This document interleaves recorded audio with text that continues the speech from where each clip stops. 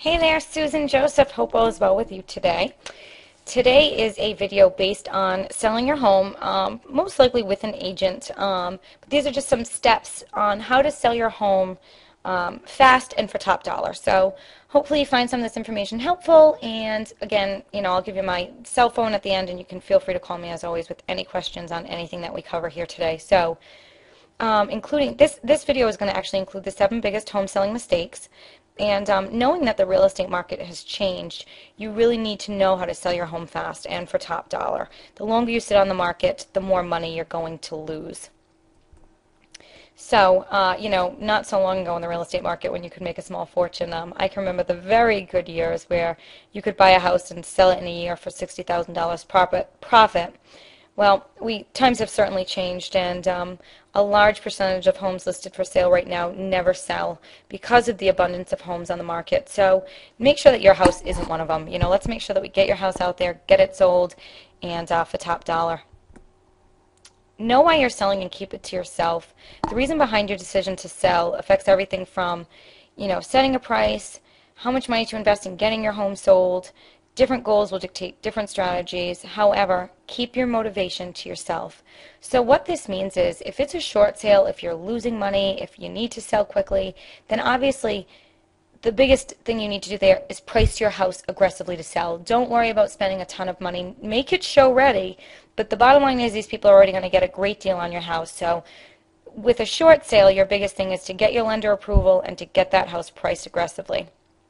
Being said, if you're selling your house, you've been in it for several years, maybe your family has grown or your family has left and it's time to either upgrade or downgrade your property size-wise, then you're out there competing with foreclosures and short sales, so you need to do some other things as far as getting that house picture perfect so that you can get the most profit out and not have to sell yourself short on that list price.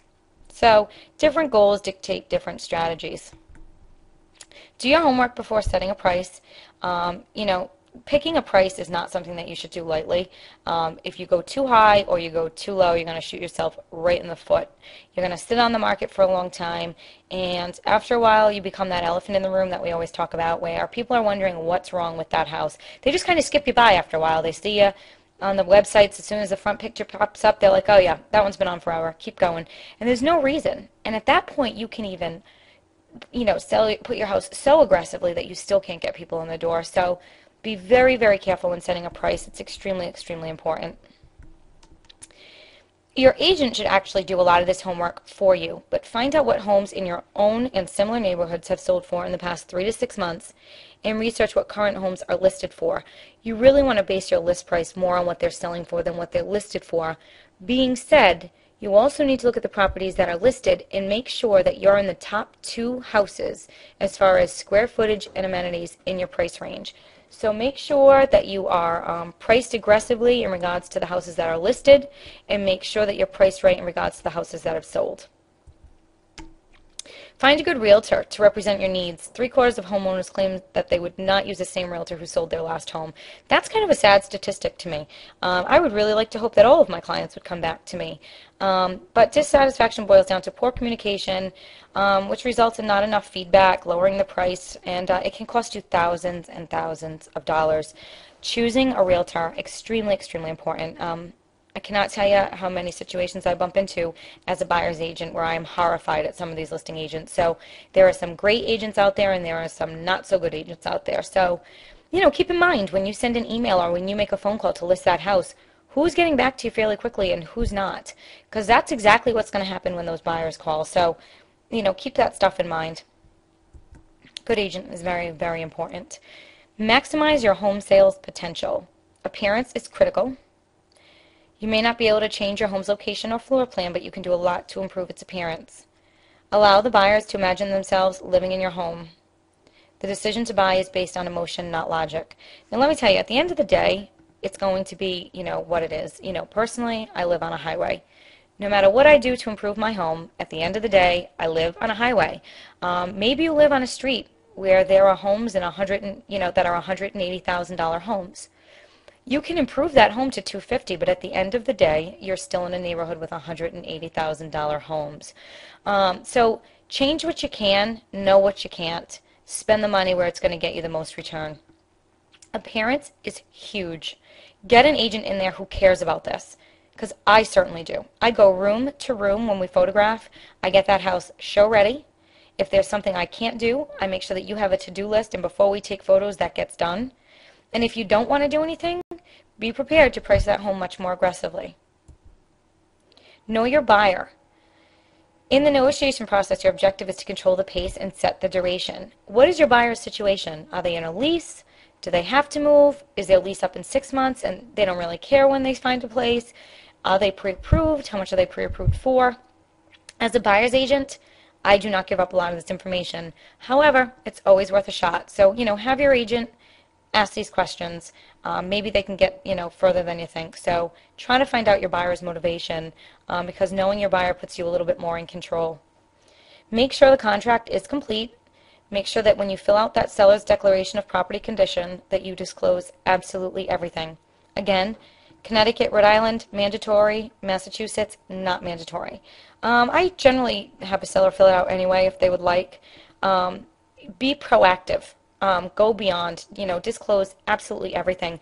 When I'm a buyer's agent and I look at a seller's disclosure and it's really detailed and they've even listed the tiny little things, it gives me much more confidence in that this seller has been honest with us. So be honest. You don't want it to come back in 6 months and be, sued over a hot water tank. The stress that this can put on your family is high. So disclose everything right from the get-go. Make sure all terms, costs, and responsibility are spelled out in the contract.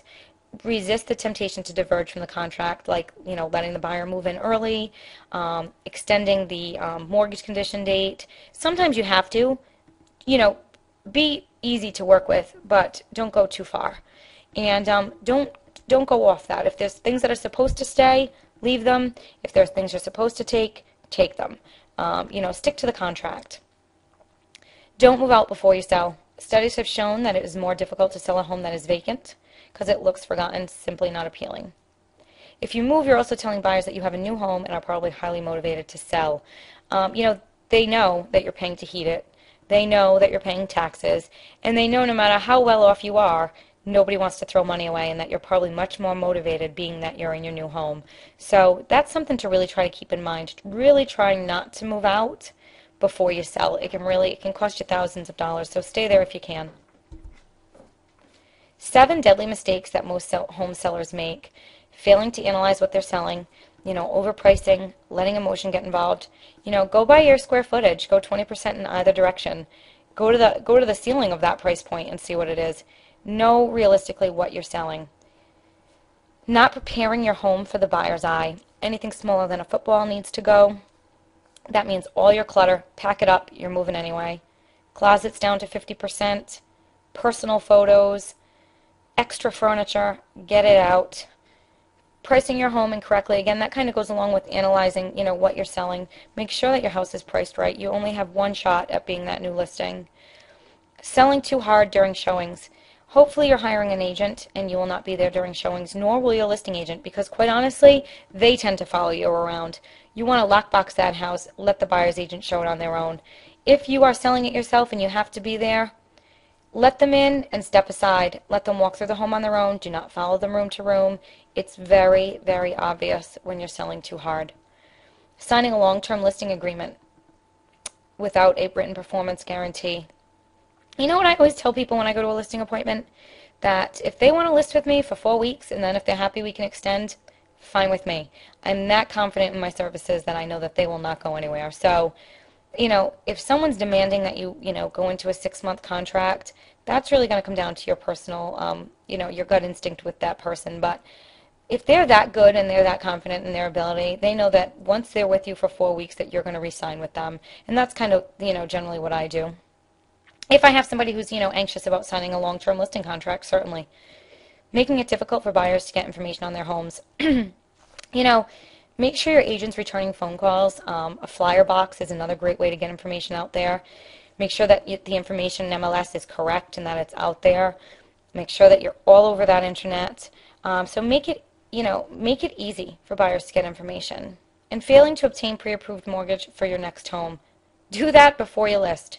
You hate to sell your house and, find out that, you can't get pre-approved for where you planned on going because maybe your income has changed or your debt to income ratio has changed. So make sure that you get pre-approved, before you move forward. And that is it. So thank you as always for watching this video.